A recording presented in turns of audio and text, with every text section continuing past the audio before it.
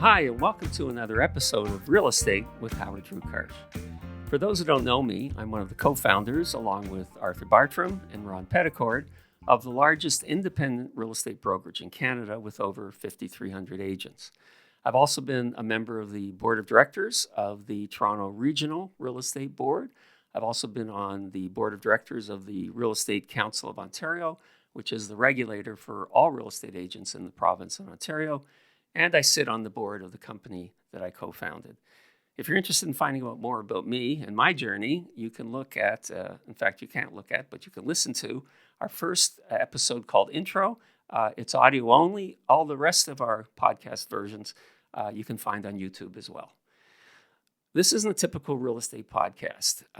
What we're doing is interviewing agents, brokers, people in pre-construction, developers, people who market pre-construction, media people, and people in and perhaps quite a bit outside of real estate, but just fascinating people with fascinating stories.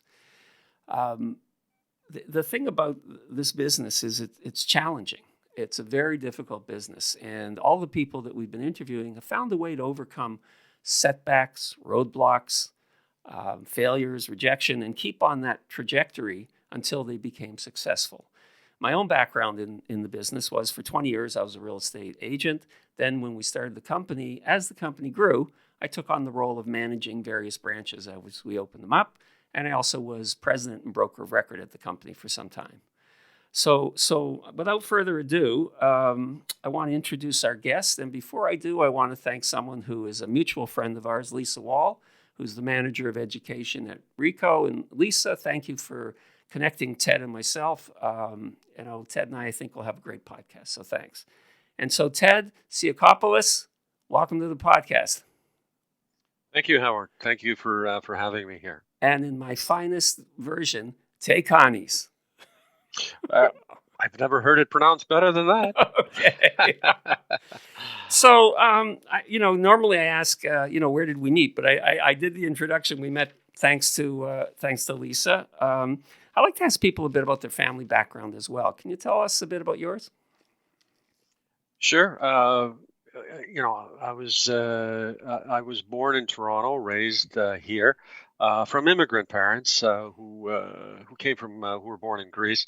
I am married, wonderful wife, wonderful son, happily married for I guess we're going now on to 16 years. So it's been great. Always having a different perspective on life other than your own is never a bad thing. Mm-hmm. In your career, and this I guess applies to people in many careers, what would be the importance of luck, persistence, hard work? I think it's critical. Work ethic is critical. I think the university down south, psychologists at I think it was a San Francisco University, did a study that looked at what dictates success in people. Is it their IQ?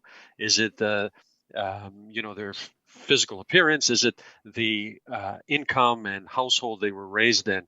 What came out ahead is grit. It's work ethic. It's passion. And personally, I've tried to bring that into whatever I do, whether it's involved in organized sports or in the corporate boardroom. I always try to bring passion and work ethic in whatever I do.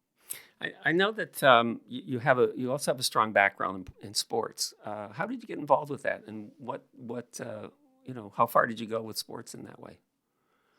I had a passion for soccer. I had a passion to play professionally in Canada at a very, very young age. I was fortunate. My father got me involved in soccer in a very young age. I think it was under the age of 9, I think. I still recall taking those drives along Lakeshore West every weekend to Exhibition Stadium to watch the Toronto Blizzard. I'm dating myself here, but my father and I would take in those games back in the 1980s, and that really helped me develop a passion for the sport. I really thought I was good at it, and with a little more training, I could play professionally. It was really a goal of mine. My parents had different views. They saw soccer as a recreational sport, as a hobby. So we did clash. We had some pretty significant clashes in terms of what my future and where I should be headed and what I should put focus on. At the time, I was putting 90% of the focus on soccer and probably only about 10% focus on my schooling on academics. Well, I think the 10% turned out pretty good. I mean, you did, Yeah, I mean, being the chief economist at CMHC, that's a testament to your academics. I don't know your soccer skills, but I gather they're pretty good as well. yeah, and there were some life-changing moments for me, Howard, Hmm. along the way. Okay. Um, Well, Not sure if you want me to go into that, but sure. in any case, I'll let you lead the Okay. conversation.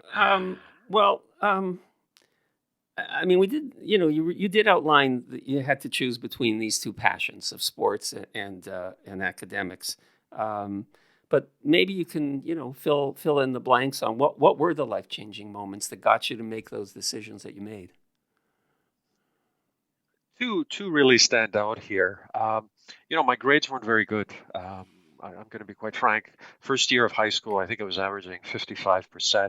My parents were quite concerned. They made some sacrifices coming to this country. They didn't have formal education, so they really wanted to see their kids excel on the academic side. So, as I say, there was some butt heading there between myself and my parents. I had a different passion. They had a different passion. And then there were two life-changing moments, coaching moments. One, both around the dinner table. One night, having dinner, I was eating, and from the corner of my eye, I noticed my mother scribbling some notes on a dinner napkin. And I asked her, "Well, what are you writing?" And she turned to me with stress in her eyes and told me quite bluntly, "I want to ensure that the income coming in can pay for the food and all the other expenses." And that moment sort of stuck with me for a very long time. The message there for me was you can't live beyond your means. You need to plan. Um, and you need to strike a balance between consumption and savings. So that really stuck with me at a very, very young age and really shaped my life later on. The second kind of coaching moment, life changing moment. They decided to take myself and my sister to Greece one summer, and there we were sitting at a restaurant waiting for our meals. And again, at the corner of my eye, I would see kids probably in and around 6, 7 years old, bussing tables, Hmm. perspiration running down their foreheads, waiters barking at them.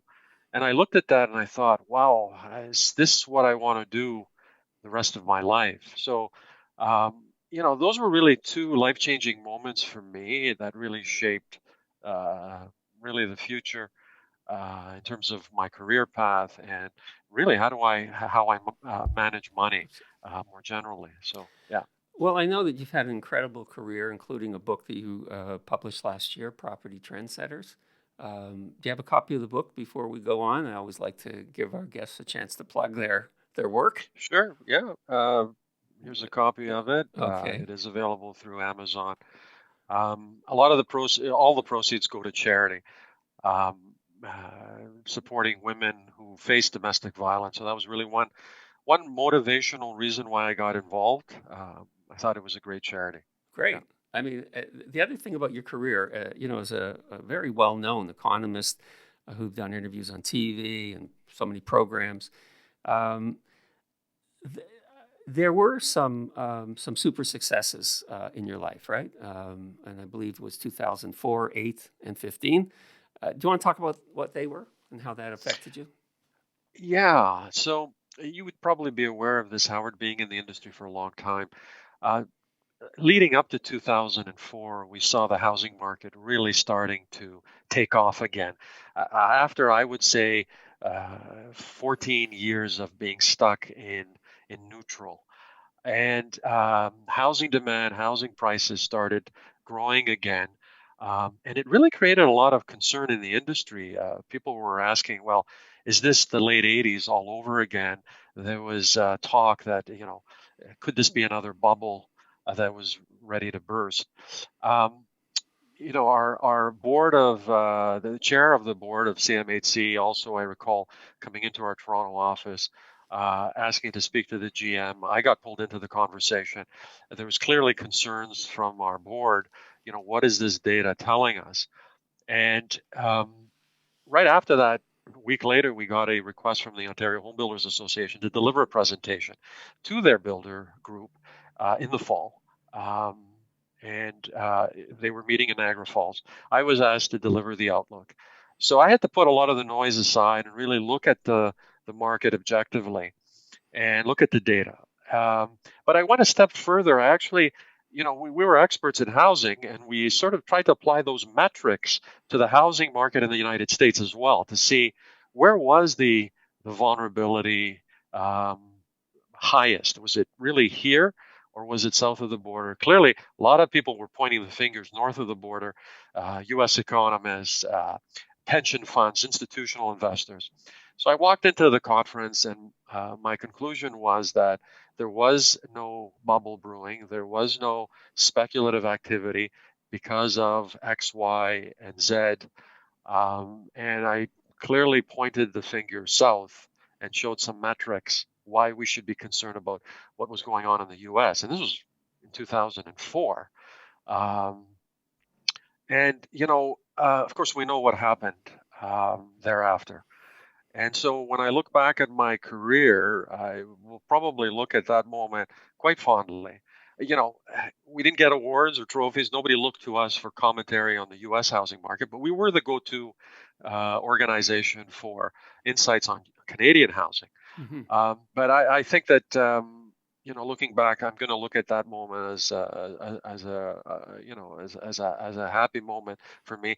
As an economist, you have to celebrate those successes because it's a humbling experience at the best of times.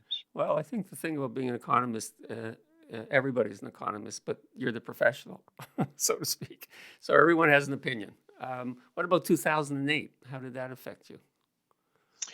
Well, 2008 was really an extension of our thinking in 2004. We stuck to our guns, and by 2007, 2008, the housing market had already been cooling off in the U.S. We were into a credit crisis caused by housing, and of course that triggered a recession. And we were asked by CTV Newsnet to come on and give our perspective on things. And I remember the CTV Newsnet anchor asking me point blank. She had read some of our commentary. She had asked me point blank, Ted, you can't be serious. You can't be telling me that Canadian housing, the Canadian economy won't be impacted by what we're seeing south of the border.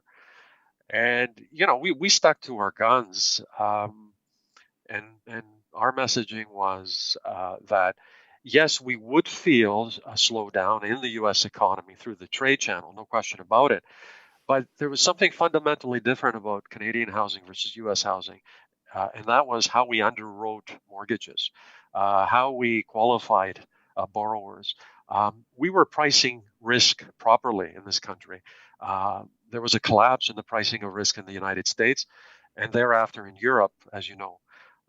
So, we thought that, this would be a fine moment for Canada. This would be Canada's finest moment to shine, I think was how I paraphrased it. And again, we were fortunate that we got it right. We did see a dip in housing activity, but it was very short-lived here in Canada versus the United States. It took them quite a bit to dig themselves out of that hole. 2015, wasn't it also an impactful year for you? Yeah. So, forecasting isn't an exact science. We ran into some problem years forecasting the market. 2011, 2012, 2013, we were off the mark for sure. We took that quite seriously because a lot of our clients were turning to us for direction. They were using our insights to help guide their decision making. So we were tracking our performance both in an absolute sense, but also relative to other forecasters externally. So how were we doing? And we were clearly not doing as well as we would like. And I took action with a colleague of mine. We put a team together to roll out some training. Um, we had a lot of turnover among our economist group, but clearly we needed to upgrade some of the toolkit, the skill set of our existing economists, and we rolled out some modeling and forecasting training across the country. Um, and in 2013, 2014, we spent a couple of years trying to get our models right, our forecasts right. And by 2015, we did turn the ship around because uh, our economists in Ottawa on a national scale were in the top three in terms of forecasting accuracy. Our Ontario economist team that I was leading here hit number one. So we were able to really turn things around quickly. And, again, forecasting isn't an easy thing. One thing that helped us out quite a bit, Howard, is that we weren't very exclusively model driven. I made it known to our team of economists that we needed to use a qualitative approach as well. So I had everybody at least 3 times a year survey people on the ground floor, people like yourself, realtors, builders. What were they seeing? What were they looking at? What were their thoughts? So we were able to get not just input from models, but input from people on the ground floor. We built those relationships over the years. And, in years where we were confident about our outlook, it was really those years where what we were hearing from the industry was what the models were spitting out. I mean, that's when we thought, okay, we're very confident to make this call. Some other years, both of those indicators were pointing in different directions, and that's when we had to really look at the data closely and make a call. But I would say we had some rocky years in forecasting, but we were able to turn it around in 2015. Well, I think what I really enjoy is your absolute clear openness about these things. Because everybody expects you to be perfect, right? And that's never going to happen. But being able to accept when things don't go right, I think that adds to credibility. So to me, that's the way to approach any career. Absolutely, and economics isn't an exact science. I remember a professor once telling me, and his words resonate to the day. Uh, Economists have to stop being apologetic about when they miss forecasts. The reality is this is an abstract world, and we need to come to grips with that. There are a lot of moving parts, and so we need to acknowledge that. Yeah, I think you've done a great job in your career. One of the things I always found interesting in terms of my own career and people that I've talked to, and today I'm going to ask you the same question: how important was dealing with risk? I guess primarily in your role as an economist. It was very difficult in the sense that, for a large part of my career, we were we were focused on uh, releasing a baseline view of the housing market and the economy as a whole. Baseline meaning we were putting all our eggs in one basket. We were saying, here's how things will play out over the next year, over the next couple of years. And that is a very risky proposition, particularly when uncertainty starts growing and when these black swan events like a shock, a credit crisis, a global recession, a pandemic, when those things start rolling around, you really need to revisit your approach.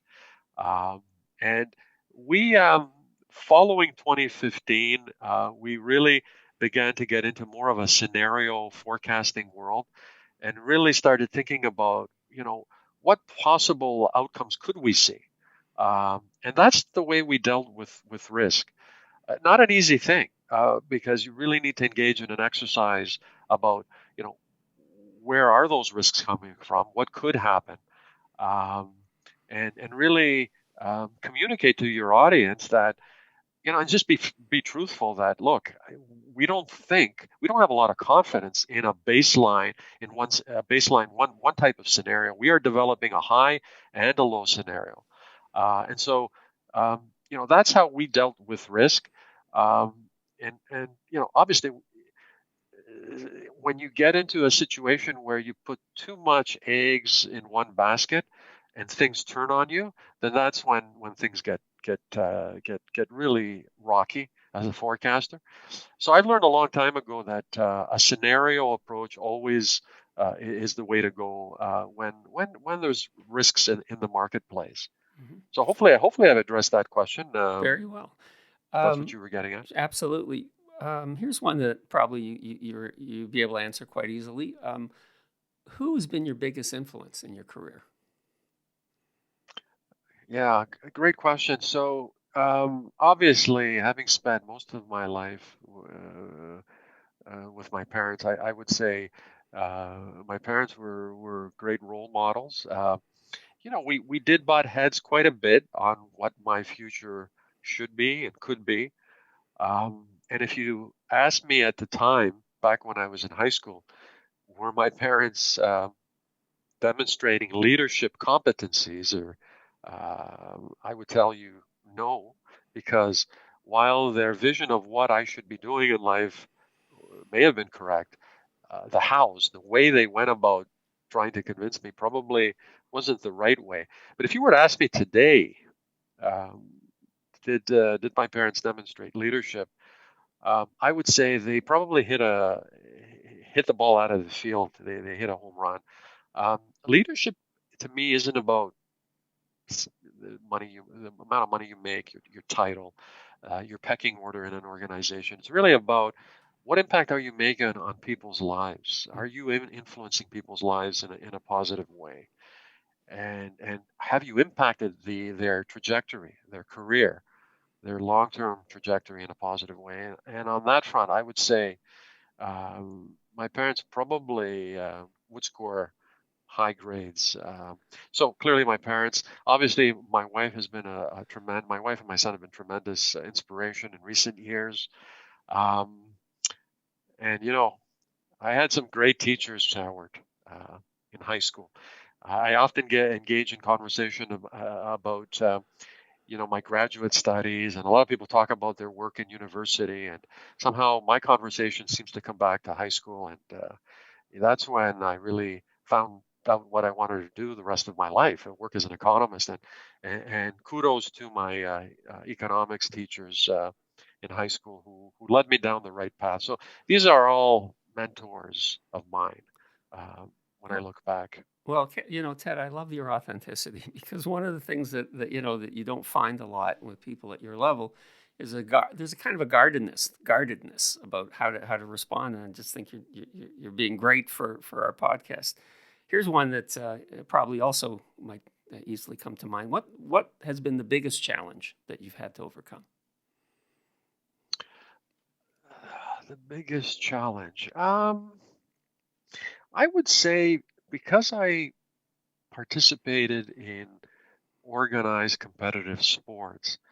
I was able to develop leadership skills at a very, very young age. Soccer helped me in so many ways, not just building a social network, but and it was fabulous health-wise, right?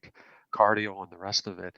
But building leadership skills was clearly something that I've tried to bring into the corporate world, and I've always had a we attitude, um, Howard, not a me attitude.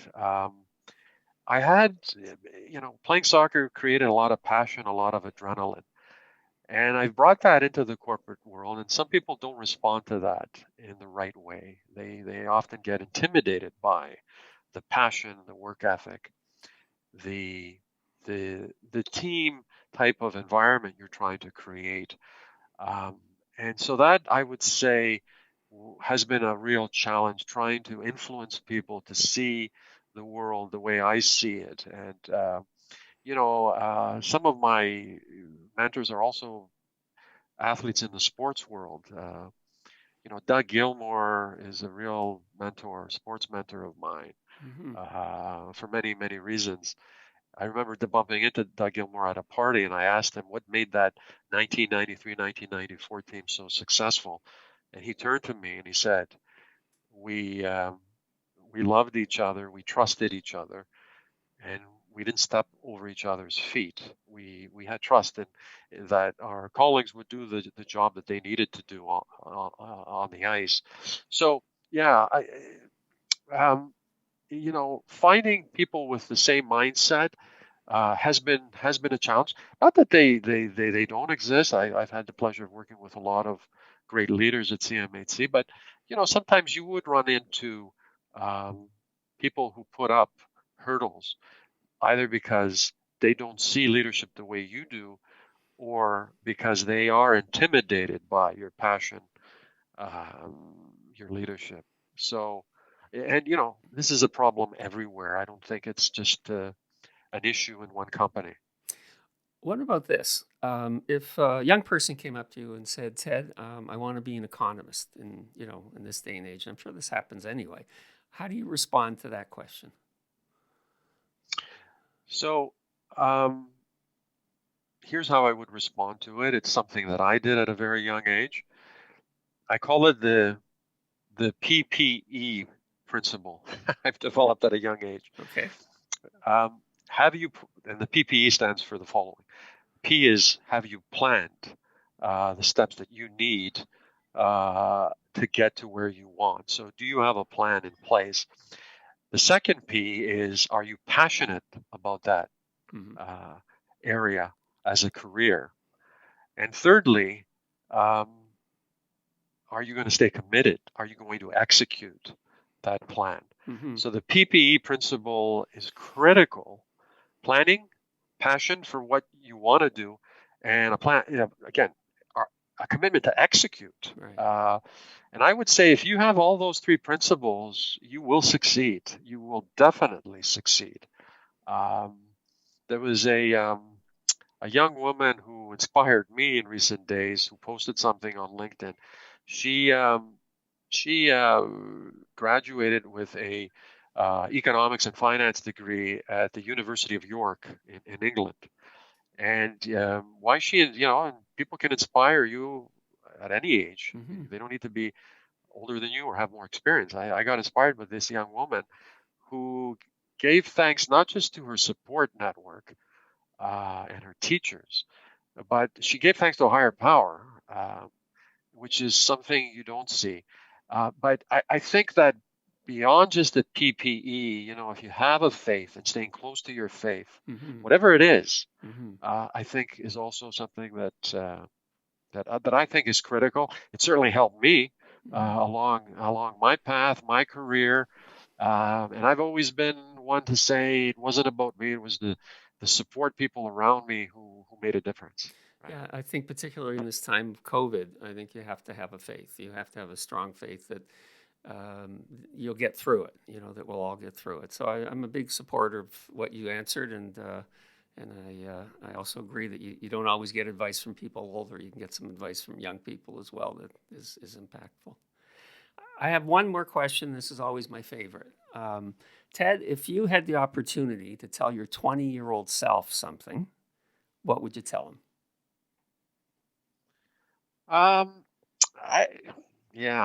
Very good question. So Ted, at 20 years of age, can you hear me, Howard? Yeah, it always gets the same response. Very good question. When I got it, I was thinking the same thing. So go ahead. At 20 years of age, I was clearly in, I guess, the second year of university. But I had a tremendous work ethic, and I developed that through high school.